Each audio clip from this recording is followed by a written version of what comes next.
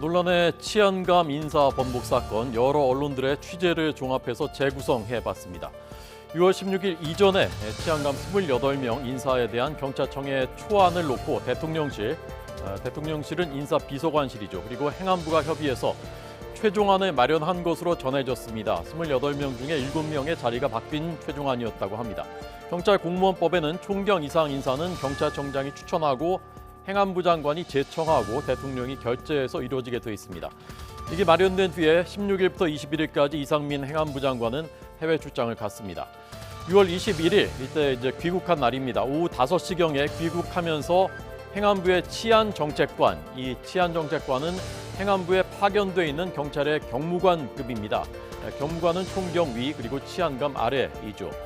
치안감 인사를 이제 오늘 대통령 결재를 맡을 거니까 결재 준비하라라고 지시한 것으로 전해졌습니다. 여기서부터가 이제 논란입니다.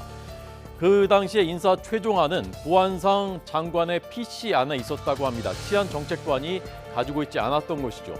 오후 6시 15분에 치안정책관이 경찰청의 초안을 경찰청 인사과장한테 보내면서 대통령실, 즉 인사비서관실이 최종안을 갖고 있으니까 거기와 협의해서 결재 기한을 준비하라라고 지시했다라는 것이 이 치안정책관의 설명입니다. 그런데 오후 7시 12분 경찰청 초안이 경찰 내부망과 언론에 발표됐습니다. 이것이 윤 대통령이 말한 국기문란이냐 아니면 어이없는 실수냐, 실수라면은 행안부의 실수냐 경찰청의 실수냐 논란인 부분입니다. 행안부는 대통령실과 협의해서 결재 준비하라고 했는데 그 지시를 경찰이 이행하지 않은 것이다 라는 입장입니다. 반면 경찰청은 행안부 치안정책관이 그때 보낸 안이 최종안인 것으로 알았다라는 해명입니다. 이렇게 되니까 오후 8시 38분에 행안부가 인사안 잘못 발표됐다라고 경찰에 통보를 했고 오후 9시 34분에 경찰청이 최종안으로 다시 발표를 하면서 번복이 되게 된 것입니다.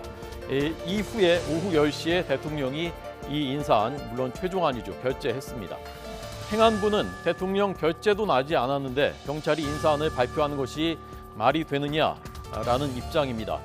경찰은 대통령이 결재하기 전에 내정된 형태로 인사를 발표했던 것이 오랜 관행이었고 이번에도 그렇게 한 것이다 라는 설명입니다.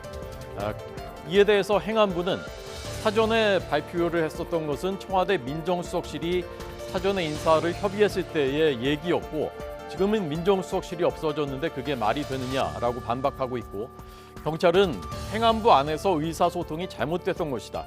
이게 행안부 치안정책관의 실수다라고 경찰 관계자가 YTN 취재팀에 말했습니다. 정부 내 조사를 통해서 정확한 사실관계가 규명돼야 할 것으로 보입니다.